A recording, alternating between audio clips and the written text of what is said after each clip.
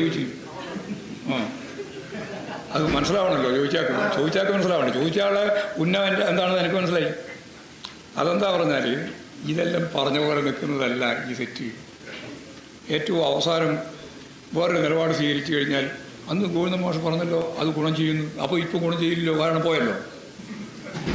അത് വിശദീകരിക്കാൻ എന്നെ ഉപയോഗിക്കണ്ട. അതാണ് നിങ്ങൾ ഉന്നതം. അൻവർ വരുന്നോ വരുന്നില്ലയോ എന്നുള്ളത് ഞങ്ങൾക്ക് പ്രശ്നമുള്ള കാര്യമല്ല. അയാൾ മത്സരിക്കുന്നില്ലയോ എന്നുള്ളതും ഞങ്ങൾക്ക് പ്രശ്നമല്ല.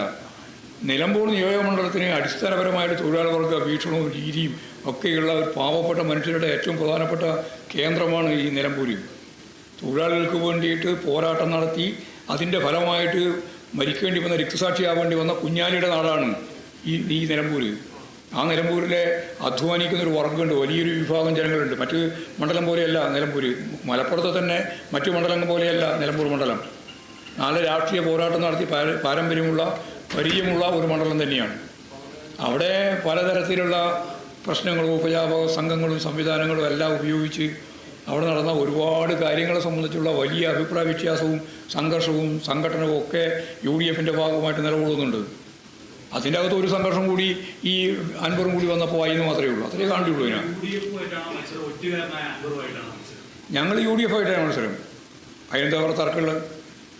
അവിടെ വേറെ പ്രധാനപ്പെട്ട വേറൊരു മുന്നണിയില്ല. ഉള്ളത് LDF-ഉം UDF-ഉം തന്നെയാണ്. UDF അത് ഞാൻ നേരത്തെ പറഞ്ഞതാണ്. അത് നിങ്ങൾ ഗൗരവത്തിലെടുത്തോ. അവിടെ ആര് മത്സരിച്ചില്ലെങ്കിലും അവിടെ എല്ലാ വർഗീയവാദികളും, ന്യൂനപക്ഷ വർഗീയത, ഭൂരിപക്ഷ വർഗീയത, അതിൻ്റെ ഒപ്പം ചേർന്ന UDF-ൻ്റെ വിഭാഗം എല്ലാം ചേർന്നൊരു മഴവിൽ സഖ്യമൊക്കെ ഉണ്ടാക്കി ഇടതുപക്ഷ ജനാധിപത്യ മുന്നണിക്കെതിരായിട്ട് മത്സരിക്കാനാണ് അവർ ഉദ്ദേശിക്കുന്നത്. പക്ഷേ അതൊന്നും യഥാർത്ഥത്തിൽ ജനങ്ങളെ സ്വാധീനിക്കുന്ന ഒന്നായിട്ട് വരില്ല. അതാണ് കാര്യം.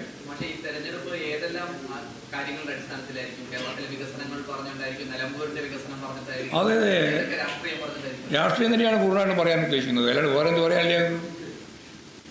രാഷ്ട്രീയം അല്ലാണ്ട് വേറെ എന്താണ് പറയാനുള്ളത്? രാഷ്ട്രീയം തന്നെയാണ്. കേരളത്തിലെ വികസനം എന്ന് പറയുന്നത് കേരള രാഷ്ട്രീയത്തിലെ ഏറ്റവും പ്രധാനപ്പെട്ട കാര്യമല്ലേ? കേരള വിരുദ്ധ നിലപാടാണല്ലോ UDF-ഉം BJP-യും ഒക്കെ എടുത്തുകൊണ്ടിരിക്കുന്നത്. ഒരു വികസനവും നടത്താൻ പാടില്ല എന്നാണല്ലോ അവർ സ്ഥിരമായിട്ട് ശരിയായ രാഷ്ട്രീയ കാഴ്ചപ്പാട് വെച്ചുകൊണ്ട് അവർ പറഞ്ഞുകൊണ്ടിരിക്കുന്നത്. എല്ലാ സ്ഥലത്തും അവരതില്ലേ പറഞ്ഞുകൊണ്ടിരിക്കുന്നത്. എല്ലാ വികസനത്തിനെതിരായിട്ടുള്ള സമരമല്ലേ കേരളത്തിൽ നടന്ന ഏക സമരം? വേറെ ഏത് സമര?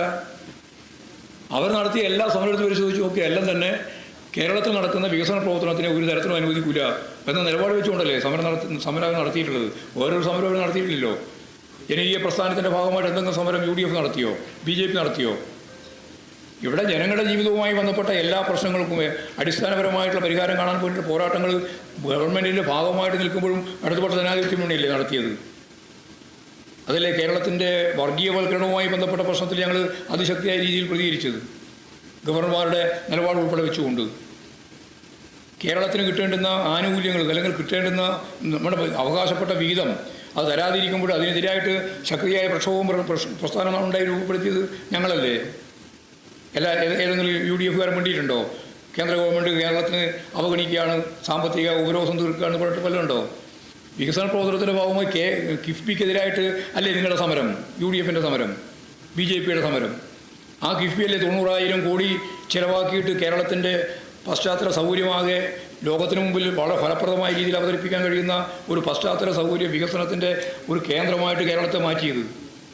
അതിൻ്റെ ഭാഗമായിട്ടല്ലേ റോഡും പാലവും ആശുപത്രി കെട്ടിടങ്ങളും സ്കൂൾ കെട്ടിടങ്ങളും അതുപോലെ തന്നെ പശ്ചാത്തല സൗകര്യത്തിന് വേണ്ടി എന്തിന് നാഷണൽ ഹൈവേ 66-ന് വേണ്ടി 5600 കോടി റുപ്യ കൊടുത്തത് കിഫ്ബിയല്ലേ കേരളത്തിന് വേണ്ടി? അതിനെതിരെ അത് ഒരു തരത്തിലും പറ്റില്ല എന്ന് പറഞ്ഞിട്ടല്ലേ തുടങ്ങിയത്. ഞങ്ങളിവിടെ സംരംഭകരെ കണ്ടെത്താൻ വേണ്ടി ശ്രമം നടത്തിയപ്പോൾ അത് നിങ്ങളെതിരായിരുന്നല്ലോ. 3,50,000 സംരംഭകരെ ഈ കേരളത്തിൽ കണ്ടെത്തിയല്ലോ. അതുവഴി 3,50,000 ആളുകൾക്ക് തൊഴിൽ കിട്ടുന്ന അവസ്ഥ വന്നാൽ 7 ലക്ഷത്തോളം ആളുകൾക്ക് ഈ കണക്ക് കൂട്ടിയാൽ ജോലി കിട്ടുന്ന അവസ്ഥയിലേക്ക് എത്തിയല്ലോ. PSC മുഖേന ഏറ്റവും കൂടുതൽ ആളുകൾക്ക് തൊഴിൽ കിട്ടിയത് കേരളത്തിലല്ലേ? ഇന്ത്യ ഏതാണ്ട് റിക്രൂട്ട് ചെയ്തതിൻ്റെ പകുതി എവിടെയാണ്? പകുതിയല്ല, 60% കേരളത്തിലാണ് ജോലി കിട്ടിയത്. ഇനിയുള്ള ആളുകൾക്ക് ജോലി കൊടുക്കാൻ തന്നെയാണ് ഉദ്ദേശിക്കുന്നത്. ലക്ഷക്കണക്കിന് ആൾക്ക് ജോലി കൊടുക്കാനുള്ള പദ്ധതിയാണ് ഗവൺമെൻറ് പ്ലാൻ ചെയ്യുന്നത്. ഇതൊക്കെ ചൂണ്ടിക്കാണിക്കുകയാണ്. ഇതെല്ലാം ജനങ്ങളുടെ മുമ്പിൽ അവതരിപ്പിക്കുക. പിന്നെ ഇവരുടെ നിഷേധാത്മകമായ രാഷ്ട്രീയം UDF-ൻ്റെ അതൊന്നും ചൂണ്ടിക്കാണിക്കും. പിന്നെ അതിൻ്റെ അകത്ത് മുഴുവൻ പിണക്കങ്ങളല്ലേ നടന്നുകൊണ്ടിരിക്കുന്നത്. ഓരോരുത്തർ ഇപ്പോൾ അൻവർ പ്രശ്നത്തിൽ പോലും ഒരു യോജിച്ച നിലപാട് സ്വീകരിക്കാൻ കോൺഗ്രസിനായോ? ഓരോരുത്തരായിട്ട് ഓരോരോ അഭിപ്രായങ്ങൾ പറഞ്ഞുകൊണ്ടിരിക്കുകയല്ലേ. അപ്പോൾ അത് സംബന്ധിച്ച് അൻവറിൻ്റെ പ്രശ്നം ഞങ്ങളെ സംബന്ധിച്ചിടത്തോളം പ്രധാനപ്പെട്ട ഘടകമല്ല.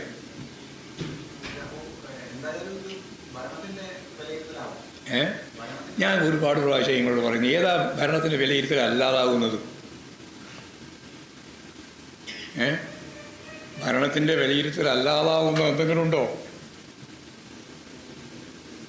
അതിലൊന്നും ഞങ്ങൾക്കൊരു ഉൾക്കണ്ടിയില്ല കേട്ടോ. മൂന്നാമത്തെ ടേം കേരളത്തിൽ അധികാരത്തിൽ വരാൻ പോകുന്ന മുന്നണിയാണ് ഇടതുപക്ഷ ജനാധിപത്യ മുന്നണി. അതിന് ബേജാറായിട്ട് കാര്യമൊന്നുമില്ല. അതിൽ ഞങ്ങൾക്ക് ഉൾക്കണ്ടിയില്ല. അതെല്ലാം തീരുമാനിക്കപ്പെട്ടതുപോലെയാണ് ഈ കേരളത്തിൻ്റെ ചരിത്രത്തിൻ്റെ ഒരു ഭാഗമാകാൻ പോകുന്നത്. അത് ഈ മാധ്യമങ്ങളുടെയും സെൻട്രൽ ഏജൻസികളുടെയും തീരുമാനത്തിൻ്റെ അടിസ്ഥാനത്തിൽപ്പെടുത്തി മാറുന്നതല്ല.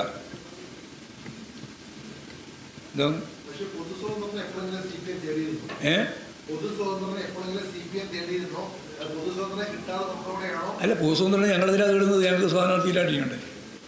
ഞങ്ങളെന്തിനാ പൊതു സ്ഥാനാർത്ഥി നടക്കേണ്ട കാര്യം?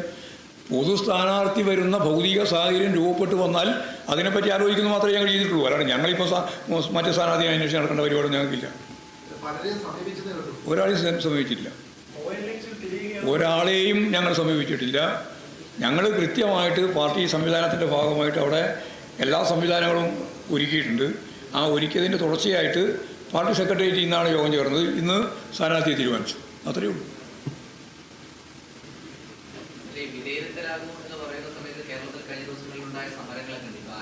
എൻ്റെ ആശാവർക്കർമാരുടെ സമരം നിങ്ങളായിരുന്നു സമരം? ആശാവർക്കർമാരുടെ സമരം എന്ന് പറയുന്നത് ഞാൻ നേരത്തെ പറഞ്ഞ മഴവിൽ സഖ്യത്തിൻ്റെ ഭാഗമായിട്ട് രൂപപ്പെട്ടു വന്നിട്ടുള്ള ഒരു തുടർച്ചയാണ്. അതിന് ഇതിൽ എത്രയോ പ്രാവശ്യം വിശദീകരിച്ചാണല്ലോ. ആശാവർക്കർമാരുടെ സമരത്തോടൊപ്പം ഞങ്ങൾ അത് പറഞ്ഞാൽ മനസ്സിലായ ആശാവർക്കർമാരുടെ ഇന്ത്യയിൽ അങ്ങോളം ഇങ്ങോളമുള്ള സമരത്തോടൊപ്പമാണ് ഞങ്ങൾ. അത് കേന്ദ്ര ഗവൺമെൻറ്റിനെതിരായിട്ട് നടക്കേണ്ടുന്ന ഒരു സമരമാണ്. അത് രാഷ്ട്രീയമായ ഉള്ളടക്കത്തോടു കൂടി നിങ്ങളെല്ലാം കൂടി ചേർന്നു, ഞാൻ മാധ്യമങ്ങൾ ഉൾപ്പെടെ ചേർന്ന് കേരളത്തിൽ ഇടതുപക്ഷ ജനാധിപത്യ മുന്നണിക്കെതിരായിട്ട് നടത്തുന്നത് മാത്രമേ ഉള്ളൂ. വകതിരിവുണ്ടായാൽ കൃത്യമായിട്ട് മനസ്സിലാവും അത് സെൻട്രൽ സ്കീമാണ്, സെൻട്രൽ ഗവൺമെൻറ്റാണ് നിലപാട് സ്വീകരിക്കേണ്ടത്. അവർ സ്വീകരിച്ചു കഴിഞ്ഞാൽ അതിൻ്റെ ഒപ്പം ചേർന്ന് സംസ്ഥാന ഗവൺമെൻറ് എന്താണോ തീരുമാനിക്കേണ്ടത് അത് തീരുമാനിക്കും എന്ന് പറഞ്ഞിട്ട് മാസങ്ങളായി. ഇപ്പോൾ ഓരോരുത്തരും ഇങ്ങനെ ആശ എന്ന് പറഞ്ഞുകൊണ്ടിരിക്കുകയാണ്. കാരണം നിങ്ങൾ പറയുന്നത് മാത്രമേ ഇപ്പോഴുള്ളൂ. അതാ കാര്യം. ഞാൻ പറഞ്ഞതിൻ്റെ അർത്ഥം മനസ്സിലായല്ലോ. അല്ലല്ല, UDF മണ്ഡലമൊന്നുമല്ല. ഇടതുപക്ഷ ജനാധിപത്യ മുന്നണിക്ക് നല്ല സ്വാധീനമുള്ള മണ്ഡലമാണ് ഈ നിലമ്പൂർ നിയോജക മണ്ഡലം. ആര്യാടെ മോഹനോട് തന്നെ വളരെ ചെറിയ വോട്ടിനൊക്കെയാണ് നമ്മുടെ സ്ഥാനാർത്ഥി തോറ്റത് അവിടെ. ആ അനുഭവം ഞങ്ങൾ മുമ്പിലുണ്ട്. അതൊക്കെ മറികടക്കാനുള്ള നല്ല ശേഷിയും സാധ്യതയും ഇപ്പോഴും ഇടതുപക്ഷ ജനാധിപത്യ മുന്നണിക്ക് ആ നിയോജക മണ്ഡലത്തിലുണ്ട്. നല്ല സ്വാധീനമാണ് ഇപ്പോഴും.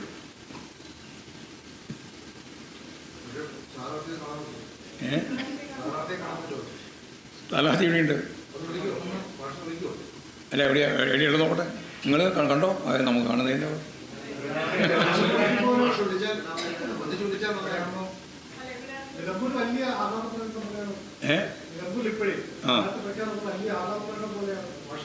ആഹ്ലാദപ്രകടനം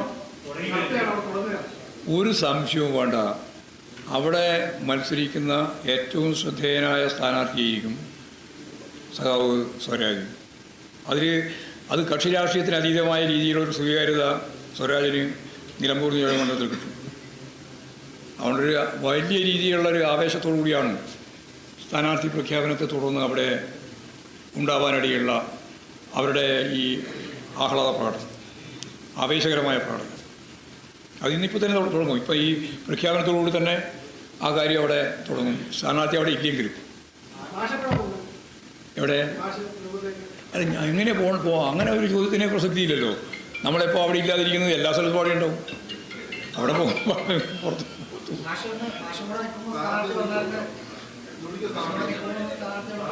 അല്ല, സ്ഥാനാർത്ഥി എവിടെയുള്ളത് നോക്കണ്ടേ? നല്ല നോക്കിയോട്ടെ സ്ഥാനാർത്ഥി.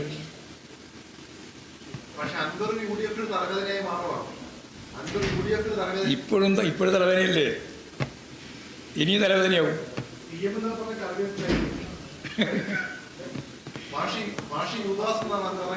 ഞാനതാ ഉപയോഗിച്ചത്. അതിന് ഒരു അനന്തര ഭാവിയുണ്ട്.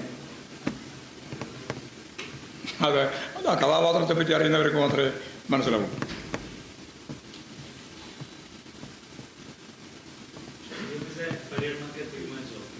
ഇല്ല, 1-ാം തീയതിയാണ് ആദ്യം അവിടെ ആ മണ്ഡലത്തിലെത്തുന്നത്.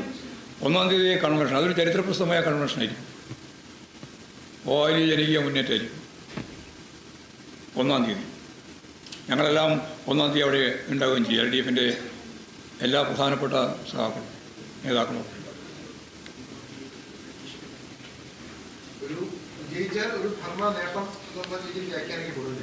ജയിച്ചാലും തോറ്റാലും എന്നുള്ളതല്ല പ്രശ്നം.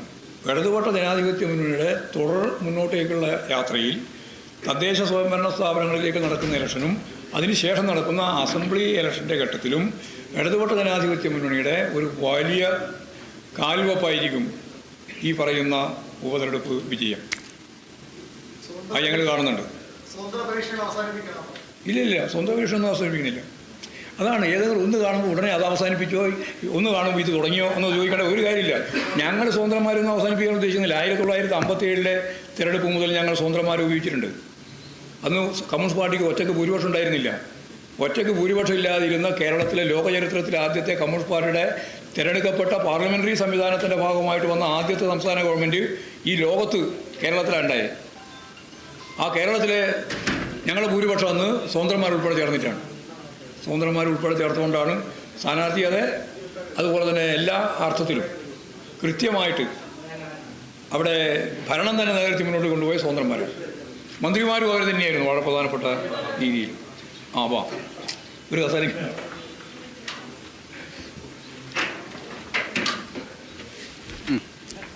ഇനിയല്ല ഞാൻ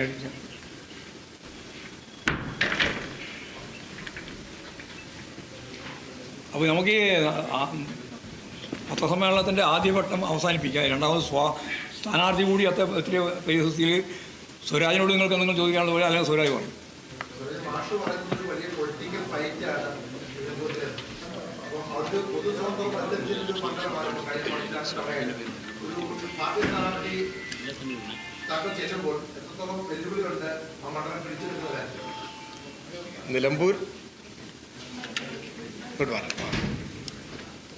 നിലമ്പൂരിനെ സംബന്ധിച്ചിടത്തോളം നിലമ്പൂരിൻ്റെ ഒരു തെരഞ്ഞെടുപ്പ് ചരിത്രം പരിശോധിച്ചാൽ അറിയാം, പലതവണ ഇടതുപക്ഷ ജനാധിപത്യ മുന്നണി അവിടെ വിജയിച്ചിട്ടുള്ള മണ്ഡലമാണ്. CPIM ചിഹ്നത്തിൽ CPIM സ്ഥാനാർത്ഥിയായും ജയിച്ചിട്ടുണ്ട്, സ്വതന്ത്ര സ്ഥാനാർത്ഥികൾ എന്ന നിലയിലും ജയിച്ചിട്ടുണ്ട്. ഈ രണ്ടനുഭവവും നിലമ്പൂരിനുണ്ട്.